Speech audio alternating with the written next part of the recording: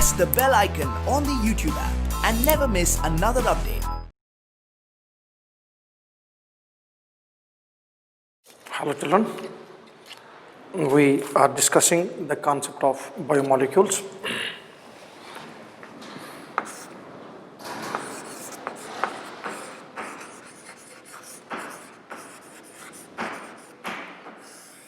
This will be part 12 of our discussion today. So we learned the concept yesterday with respect to isoelectric pH or isoelectric point. And what did I mention about it was it's a pH at which there is no net mobility of an amino acid. That's there is no net charge. There is a charge, but an amino acid will be found in the zero and no net charge will be existing on it. And for acidic amino acids, I said if the pK values are given for different, suppose we have got one base, NH2 group is there, then you have C alpha, then you have the carboxylic groups given, this is H, this is CH2 4 times COOH, then we will have been given pKa1 or pKa2, then pKa3 values are given. In order to find out the isoelectric point Pi, average of the two similar groups, or for acidic amino acids, you have to take the pKa values which are lower. How many pK values? 2 pK values which are lower. And usually compared to this NH2COH, carboxylic acid will be a stronger acid. So for this pK2 carboxylic acid, pK values will be more. And when it is basic, you need to take the higher pK values, and that will be obviously for two similar groups, and that will be for which one? NH2, NH2 groups respectively. Is it clear or not? That we discussed it yesterday. So for a base, we need to take the higher values, and for acidic amino acid, we need to take the lower values of pK, provided it's acidic or basic. If it is neutral, it's understood Pi value is how much? Half of pKa1 plus pKa2. We will be doing some discussions, some questions on the basis of these isoelectric calculations as well. Okay, so that discussion I'll do separately. It will be a discussion of almost 20 questions which will cover whole of the biomolecules. We'll discuss those questions profusely and completely with respect to carbohydrates as well as proteins and nucleic acids. So today children, our discussion is with respect to one more biomolecule which we called as nucleic acids. Right? And all of you know there are two important nucleic acids present in the cells, although varying cells, eukaryotes and prokaryotes. That is DNA and RNA. Why they are called as nucleic acids is because when you look on the basic composition of these chemicals, first of all they are found in nucleus, and you can have extra nuclear this genetic material as well, because we know nucleic acids are genetic materials. It's a basic thing. Extra chromosomal, or we call that as extra nuclear, means out of nucleus also it can be present. Like we know there can be the presence of this DNA in chloroplast and even in mitochondria.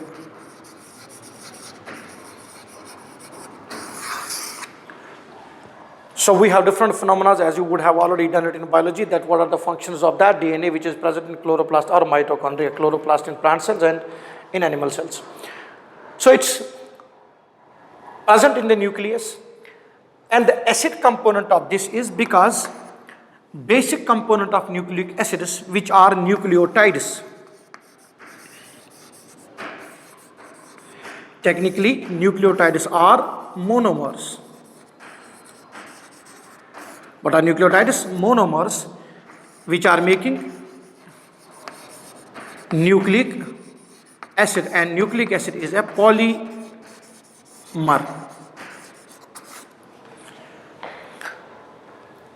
These nucleotides are found to have attached phosphate group which comes from phosphoric acid.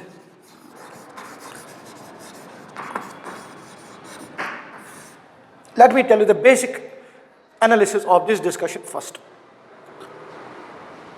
And then we know that these nucleic acids wind around, that DNA that winds around histone proteins,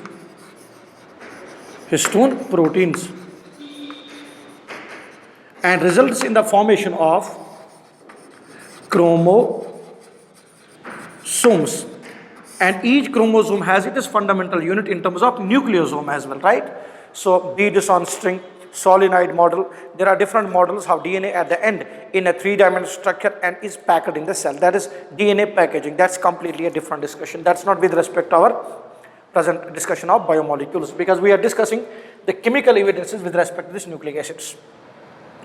One more important function that this nucleic acid in terms of DNA it performs is acting as a genetic material in the systems, in the cells. That means whatever the messages and whatever the works are to be done in a cell, they are directly using the messages present on the DNA, which we know this DNA to DNA, what we call this as replication, DNA to RNA, technically which we call as messenger RNA, DNA to RNA, what is called as transcription, and then messenger RNA to proteins, this is translation. So this is on the whole called as central dogma of molecular biology. So that's quite simple for every one of you to understand, because you would have already done the concepts in genetics with respect to DNA, replication, transcription and translation. So we'll have an idea that how does replication occur. This messenger RNA is single stranded. This RNA is found in certain viruses, as well as we can say this RNA, there are different types of RNA which are available, like we have mRNA, which is actually dissipated in terms of proton, whose language is read to convert it into the protons. Then you have transfer RNA, tRNA, and you have ribosomal RNA. So ribosomal RNA, then transfer RNA, we all know what is tRNA. It's responsible for the moment, it's responsible for the dissipation or decoding of messenger RNA, right?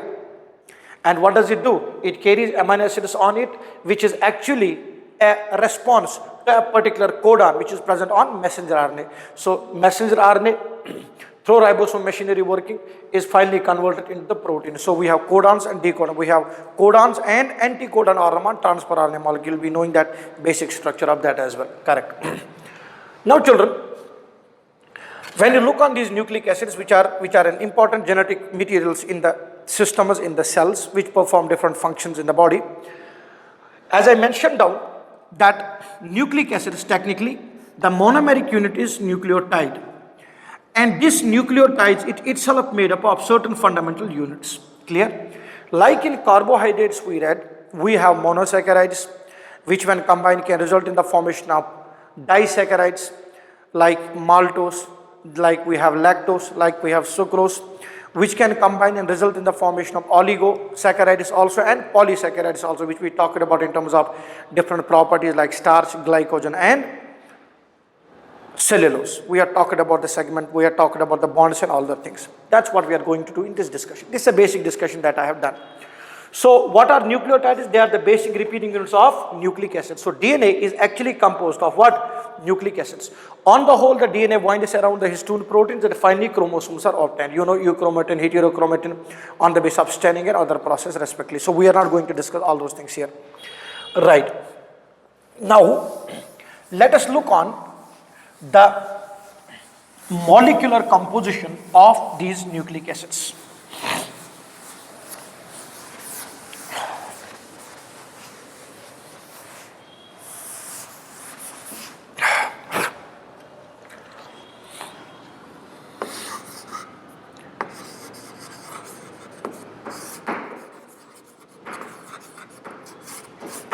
Right, molecular composition.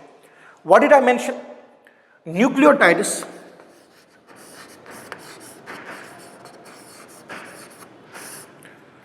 are the repeating units.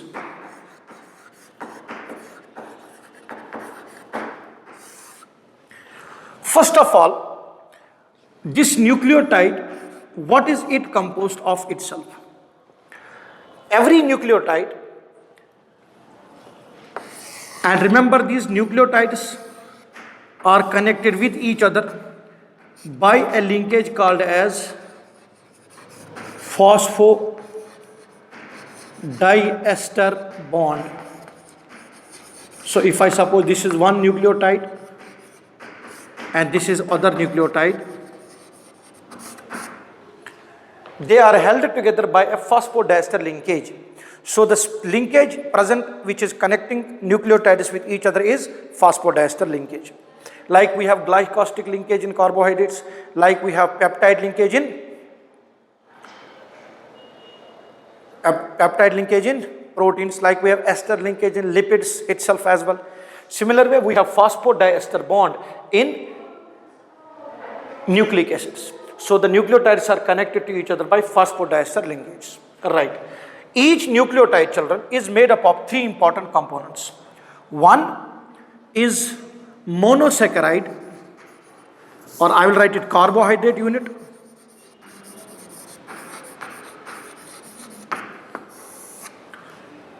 And in the present case, that carbohydrate unit is a monosaccharide. Which one? Pentose. 5-carbon monosaccharide we have, which is one of the essential components of these nucleotides, and that is ribose. What is that? Ribose. Let's talk about the basic thing first. In basic terms, when you look on that ribose, which I said is a pentose, there are two monosaccharide units present in individual nucleic acids, means in DNA and in RNA, the ribose sugar, which is actually pentose, which is present in DNA, it is deoxyribose.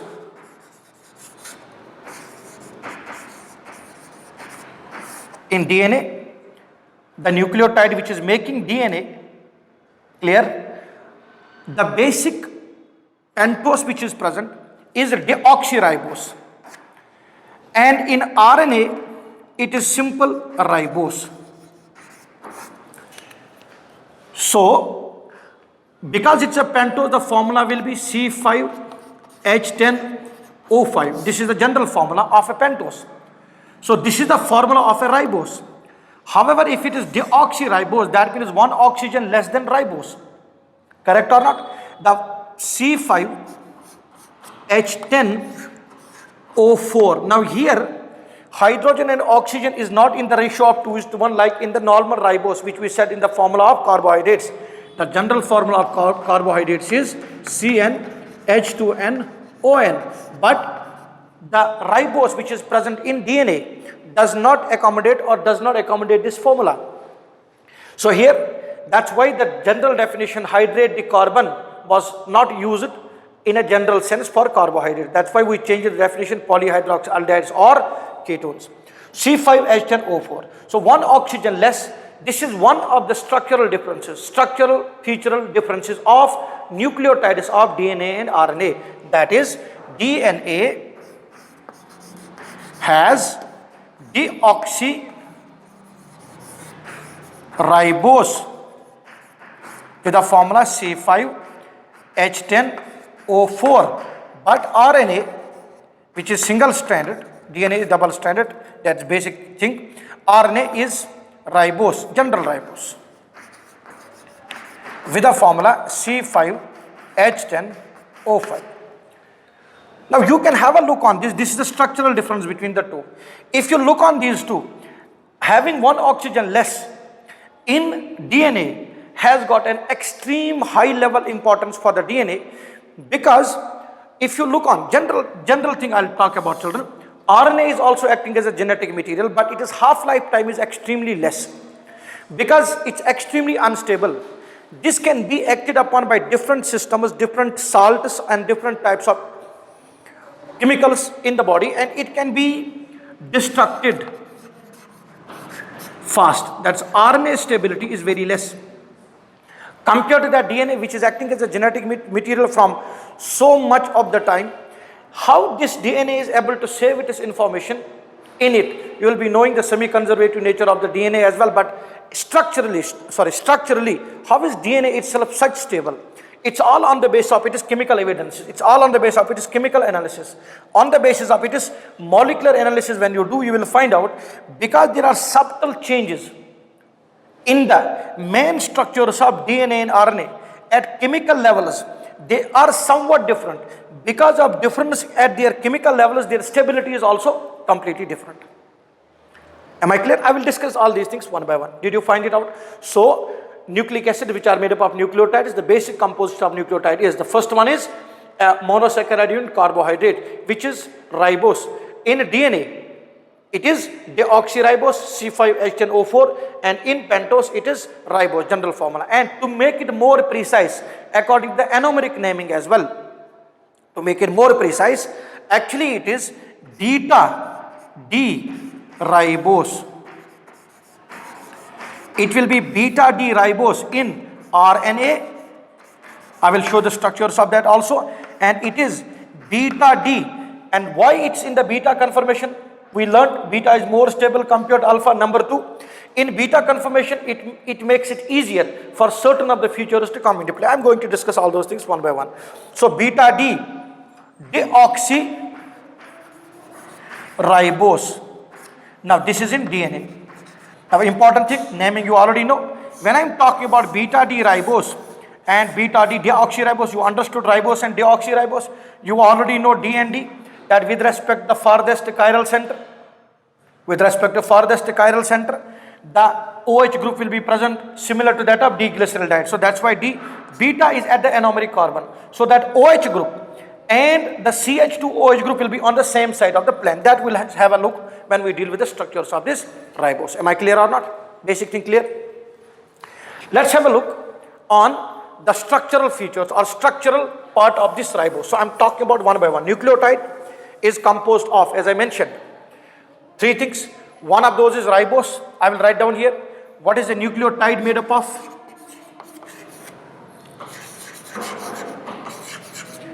It is made up of sugar,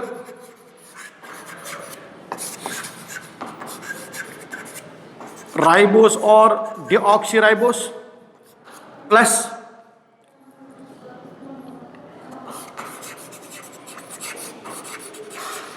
phosphoric acid, which will be in terms of phosphate here, and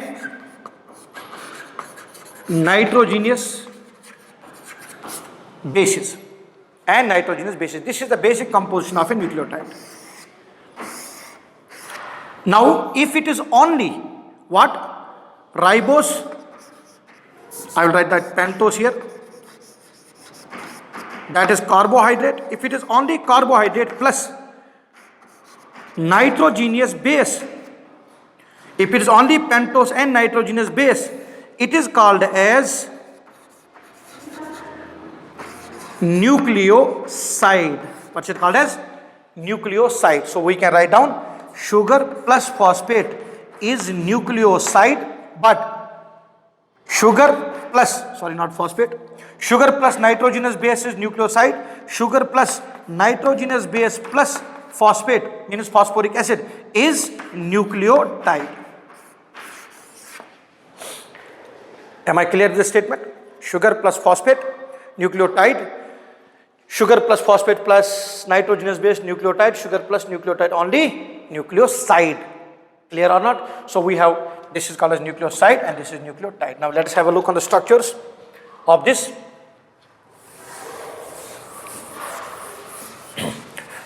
I repeat, nucleotides are repeating units, not nucleosides.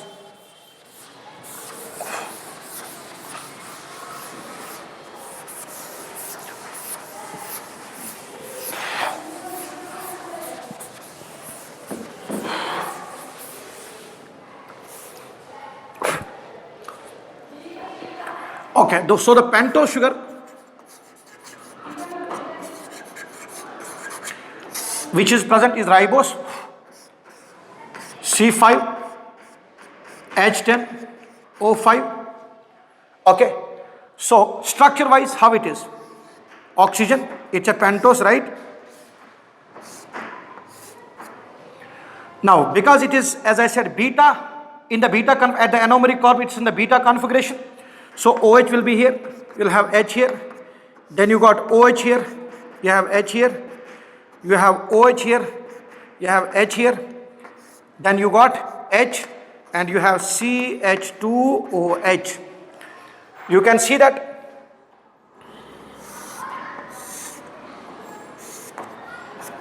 last time we have told this thing as well.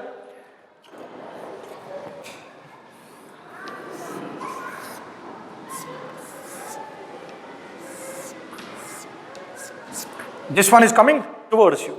Yes or no? This part is coming towards you. So this is below the plane. This is above the plane, right? This OH and this CH2OH group. Now you can see that very easily here, children.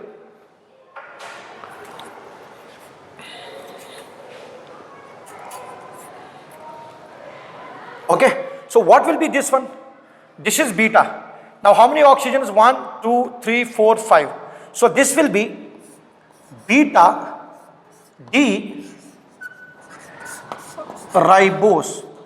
This is the sugar, pentose sugar of RNA. This is the pentose sugar of RNA.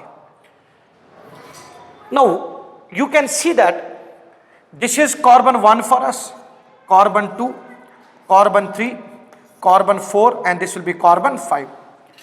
The carbons of the sugar in the nucleic acids in a nucleotide are represented by dash,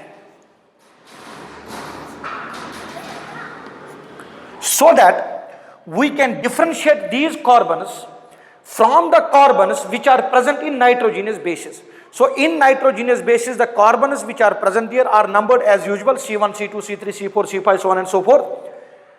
Because I will show the in terms of structures when we go to nitrogenous bases, you will understand it there. And for sugar, we are mentioning it by prime. We call that as C dash. Actually, it's called as C prime. And in DNA, you might have heard about the one strand goes 5 prime, 3 prime, and other is complementary to it in terms of 5 prime, 3 prime. So we'll understand it out.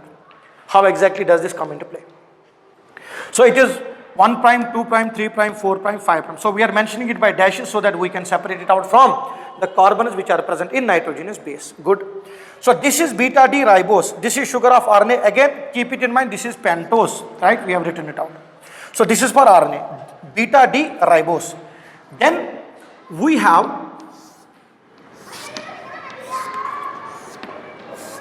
again we'll have same group here. So we have OH, we got H. Now you have H here, and here also you have H. Here you got OH, here you have H. Here you have H, and as usual you have CH2OH. Not to forget about, this is represented by prime. Am I clear with the thought here? Good. You can see that at position number 2, means on carbon number 2, keep these things in mind please. You have got OH group and add carbon number 2 in deoxyribose. So this is beta D 2 deoxyribose. You can talk about 2 beta D deoxyribose. To be precise, 2 prime beta D deoxyribose. Now you do not have any OH group at position number 2 in this is sugar present in DNA, correct or not? Pentose sugar present in DNA. This is pentose sugar present in RNA. Now at second position it does not have OH group, but this has OH group at second position. This is one of the structural differences. Now this structural difference adds to the stability of the complex as well. How? See, when the DNA synthesis will occur, okay, that we'll discuss later when we talk about the nucleotide formation, correct? So these are ribose. So what is the future we have reached conclusion here? In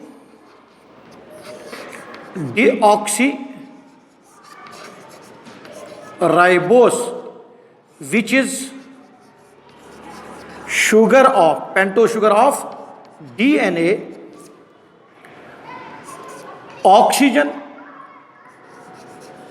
is missing from which atom?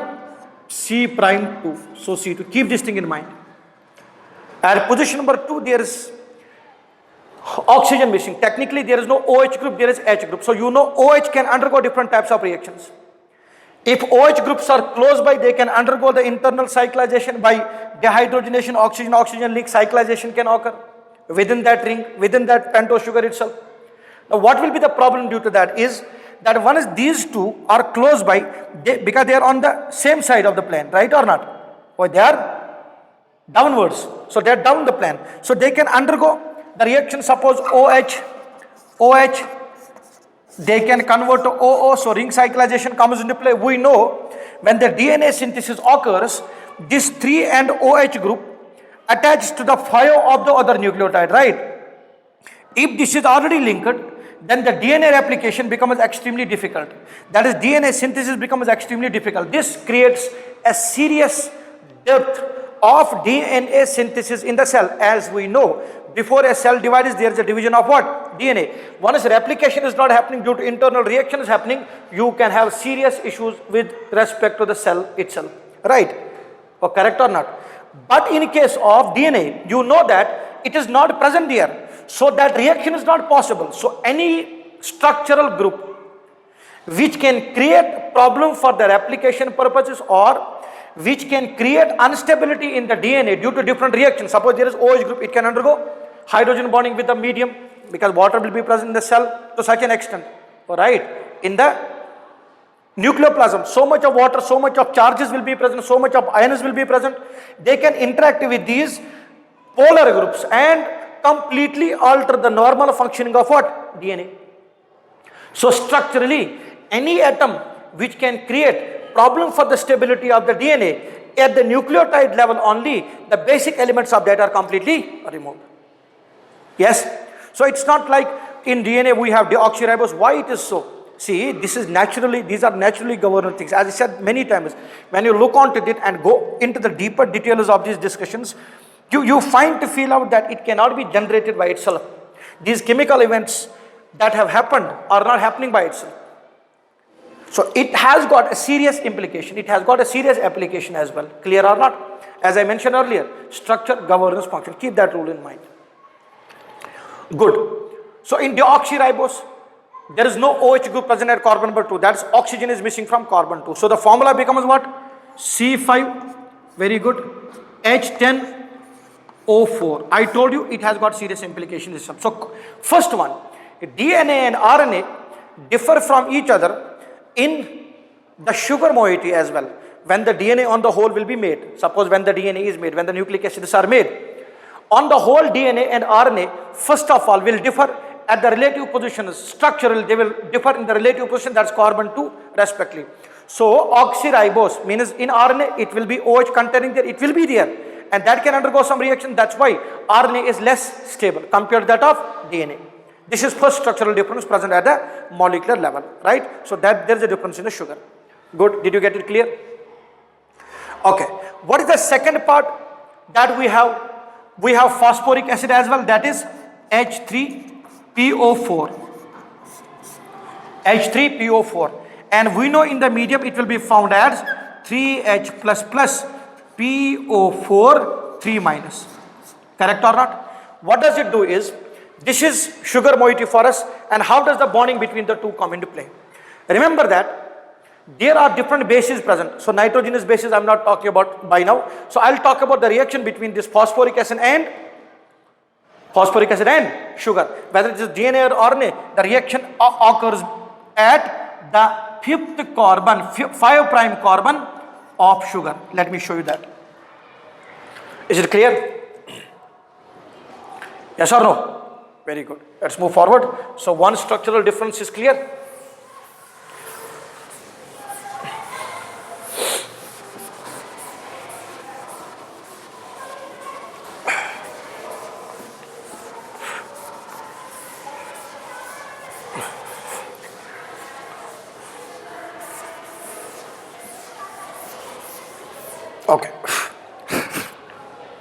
Right. Now when second phase,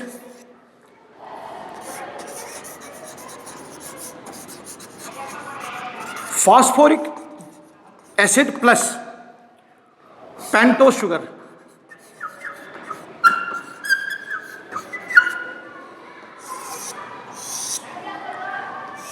By the elimination of water molecule, we'll have the structure come into play. How? So we have pentose sugar here. I'm showing the individual interactions happening. So I will mention only important positions. This is OH. Here you got OH. And here you have CH2. Then you have OH. Phosphoric acid will be P, double bond O. It will be OH, OH, and OH. So you will have elimination of water molecule coming into play, minus water. So once water molecule has been removed from here, what will happen? Water molecule is removed, what will happen? You will have OH here at C prime, C1. This is C2. Because we are not showing whether it's DNA and RNA, let us suppose this is OH group, this is H. I am showing for RNA, suppose. This is again OH, this is H. Again you got CH2. Then water molecule is removed, right? OH and H will be removed, OH and H will be removed. So link will be via oxygen to what? P. Double bond it to O. Then it will be in the form of O minus, this will be in the form of O minus. Got it? Because in the medium, if this has been made so far with the addition of sugar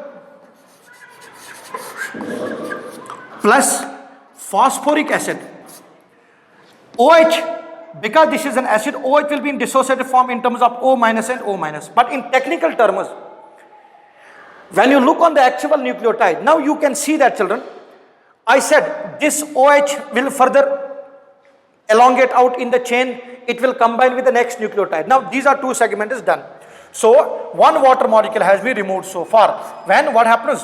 When phosphoric acid combines with what? Pentose sugar, we will get one bond made between the two, right or not? Water molecule is eliminated. So minus one water molecule is removed here. So for the formation, for the combination of a sugar and phosphoric acid, there is removal of one water molecule. That's basic thing that we talked about so far, right? Good. Clear or not? Understood so far patterns? Right. What's the third step involved now? Now, the third step to make it nucleotide now, you need nitrogenous base now. Nitrogenous bases. So third addition is what? Third one is for us now, children. Nitrogenous bases. Remember that these nitrogenous bases are heterocyclic, and there are two types of nitrogenous bases that we have in the genetic material, that we have in the nucleic acids. I'm not talking about DNA and RNA. We have purines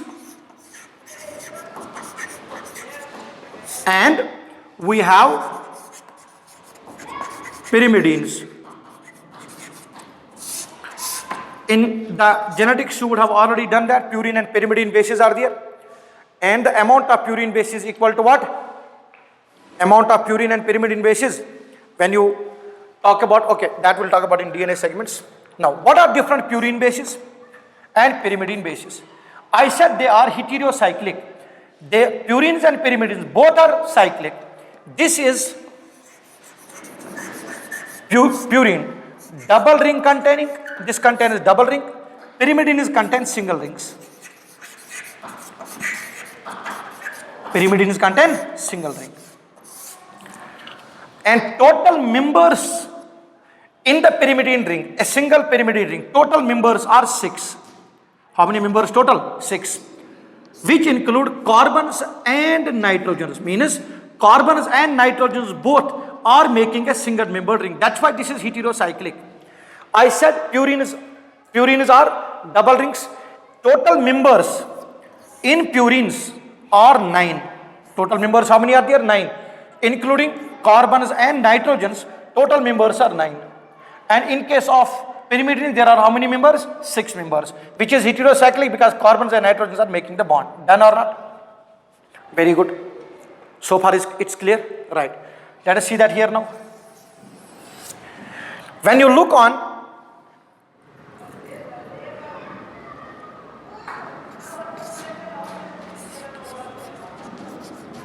purine bases, what are the purine bases we have are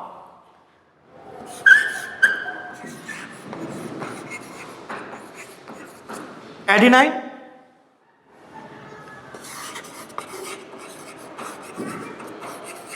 and guanine. Adenine and guanine, purine bases. Okay. Now what about pyrimidine bases?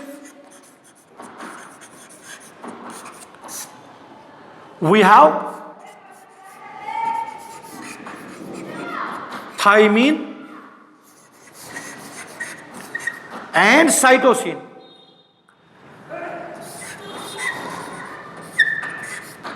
And uracil.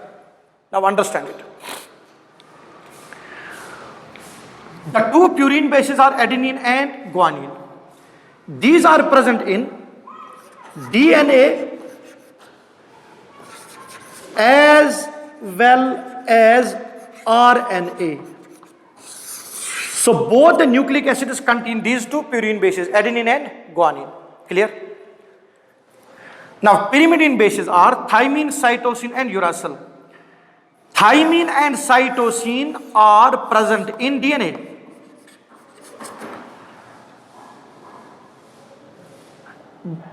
Instead of thymine, you have uracil in RNA. So adenine, guanine, we can say adenine, guanine, thymine and cytosine are in DNA. Then you have adenine, guanine, then cytosine, thymine is not here, uracil is here in RNA. This is one more structural difference. This is one more difference in the basic structures containing of DNA and RNA. And remember that when the G cycle is completed in a cell, when the proofreading is done, when the DNA is proofread after the replication process, it's a simple rule in DNA that if it contains uracil, if DNA contains uracil, destroy it. Because uracil will be the mutated form of cytosine. Clear or not? So adenine, guanine, cytosine and uracil. So there is no thymine, but there is uracil. Instead of thymine, there is uracil in RNA. Is it clear? So whenever you talk about the DNA complementarity between DNA and RNA, remember that if it is, we know how is the base pairing happening in hydrogen bonding? Adenine with thymine, guanine with cytosine. Alright, guanine with cytosine. Alright, adenine double, okay, let's not talk about all those things by now here. So have a look on this. First of all, try to understand about the scenarios here, faster.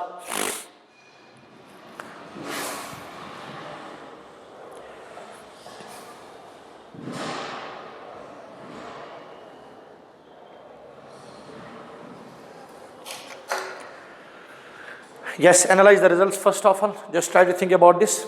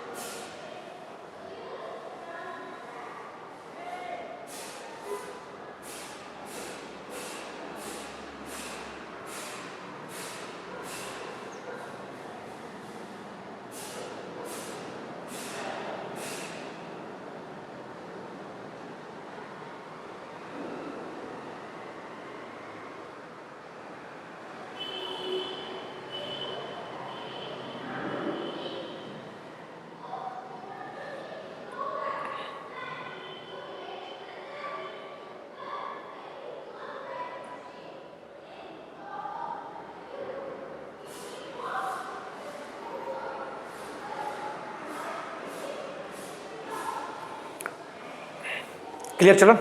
Excellent. So far clear? So what are the purine bases? Adenine, guanine, and pyrimidine bases, thymine, cytosine, and uracil.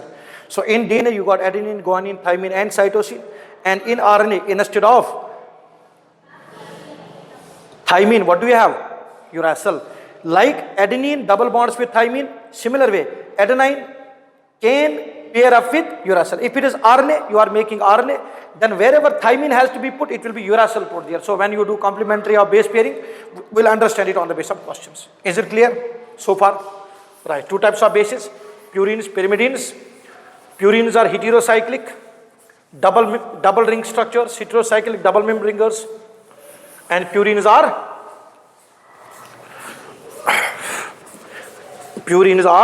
double rings with total members how many? 9, and pyrimidines are single ring, total members 6. Very good. Let us see the structures of pyrimidine. Basic structure of pyrimidines.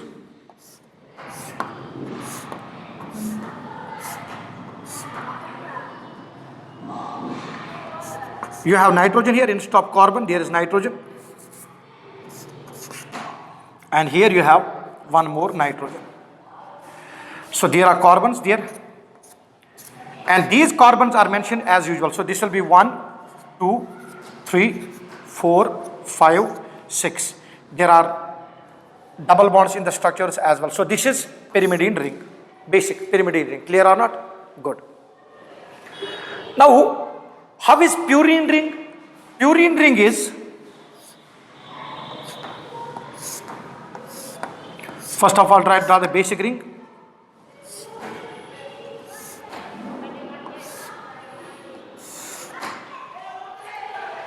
It is heterocyclic. At varying position, there will be nitrogens.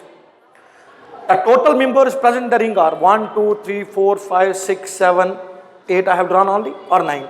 1, 2, 3, 4, 5, 6, 7, 8, 9. These are 9 members, right? Have a look, draw the structure. Okay. So what you got here is, you got double bonds in these positions. So you have double bond here, you have double bond here, and you have double bond here. Now from this nitrogen, this is position 1 of this. From various regions, like from carbon, there is a double bond O coming out, and from N there is H coming out. We know when there is C double bond O group and NH, these are modifications in these purines. So varying position, there will be C double bond O, there will be C double bond O, or there will be NH groups. It is these atoms only that engage in hydrogen bonding when DNA synthesis occurs. During DNA synthesis, it's carbonyl carbon or NH group that are present on purines and pyrimidines modified forms. These are general purines and pyrimidines I have drawn, heterocyclic rings, because it contains carbons represented by 1, 2. In case of nitrogenous bases,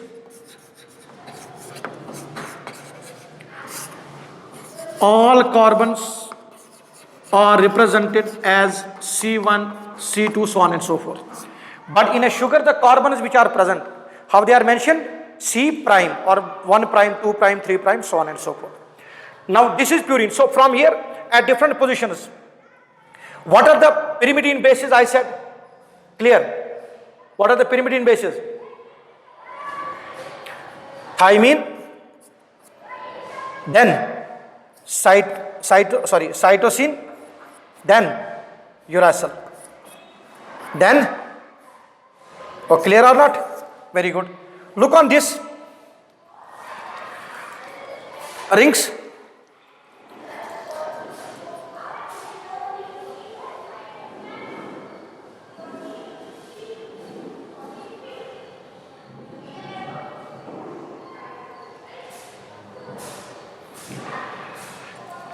In these rings, you have nitrogen is present. There is nitrogen at this position, and there is nitrogen at this position. Stabilize it by putting double bonds now, and stabilize it with respect to carbons quickly. I am drawing it slowly so that you can understand. You understood this part? The C double bond O NH groups coming from various carbons and nitrogens will engage in hydrogen bonding, right? When the DNA complementary base pairing will come into play. So you got nitrogen at, this is 9th position, this is 7th position, this will be 8th position, right?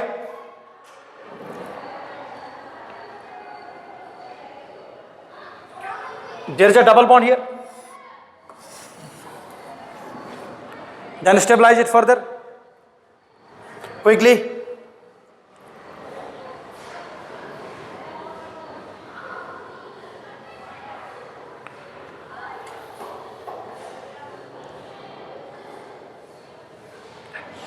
So there is a double bond here, and there is a double bond here. You have nitrogen here, you have nitrogen here.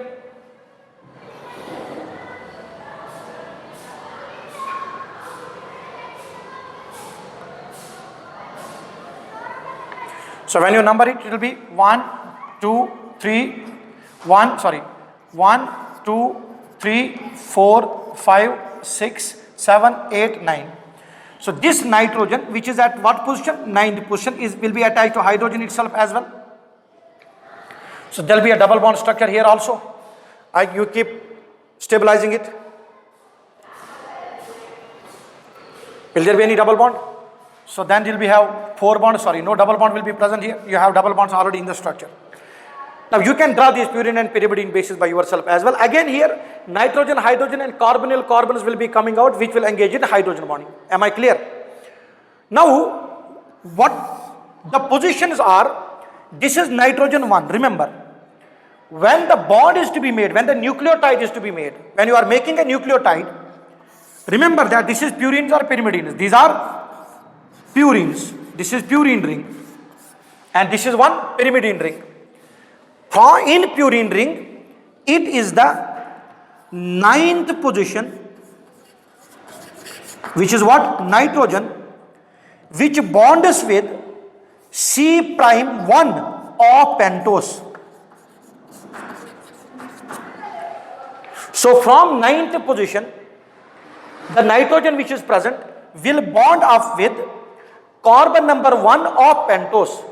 So at anomeric position, where the beta position is coming, that is carbon 1, there only bond will be made between nitrogenous base and phosphate. So from nitrogenous base, from which position?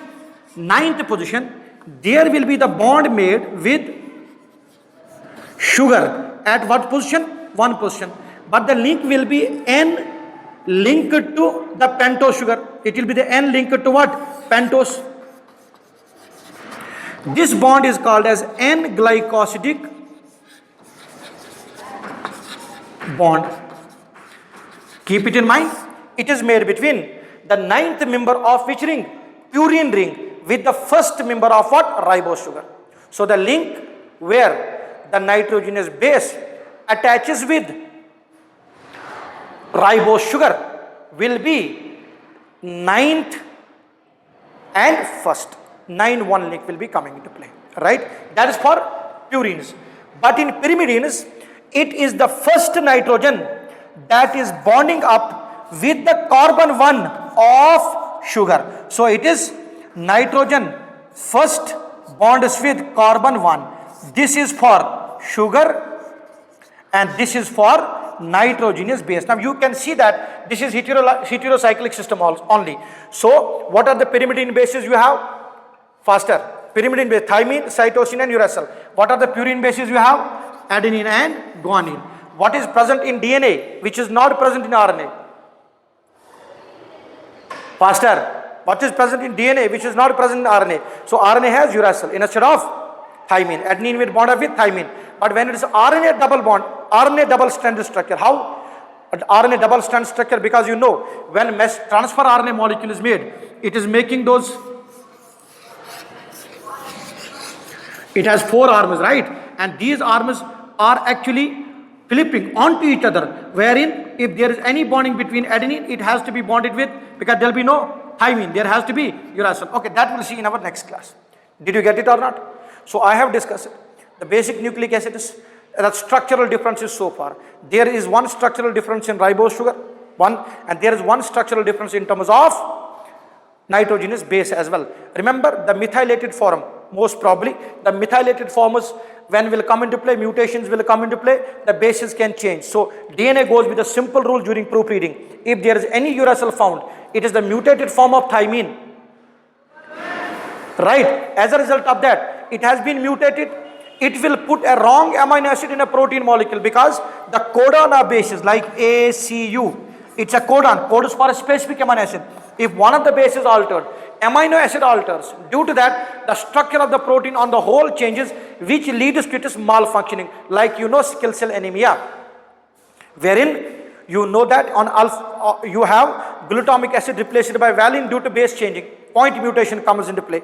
And due to that, if we have time, we can discuss the mechanism that also how sickle cell anemia comes into play. And all of you should understand it, that the persons who are suffering from sickle cell anemia are resistant to malaria. There's a reason for that as well, because sickle cell patients do have their RBCs of altered shape, which does not allow the malarial parasite to have its life cycle completed because of depleted oxygen carrying capacity to be precise.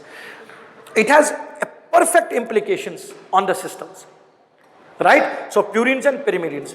Purines are double rings and pyrimidines are single ring structures. They are heterocyclic with the nitrogens and carbons. The carbons of nitrogenous base are distinguished from the carbons of the pentose sugar by representing prime on the carbons of ribose sugar and writing the direct names for the carbons on heterocyclic nitrogenous bases. Am I clear? So in our next discussion, children, we will have a discussion of the full nucleotide formation, then how polynucleotides will come into play, and how that adds to the DNA formation respectively. Am I clear? All right. Thank you, sir.